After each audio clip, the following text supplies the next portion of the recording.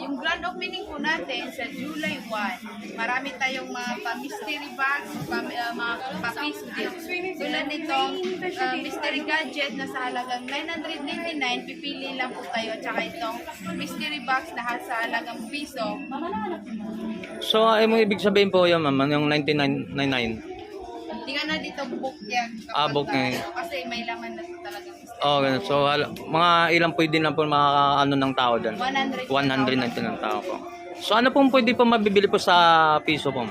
Yung piso mo, maraming klase mabibili ng piso mo kapag nag-abil ka ng Bibilang ng items. For example, yung ano? tulad nitong stove, itong electric plate, at saka itong keypad, itong electric kettle, at saka itong ihawan, itong cooking kitchen tool set, mabibili mo lang yan sa halagang piso. Piso. Kapag nag-abil ka ng Abil.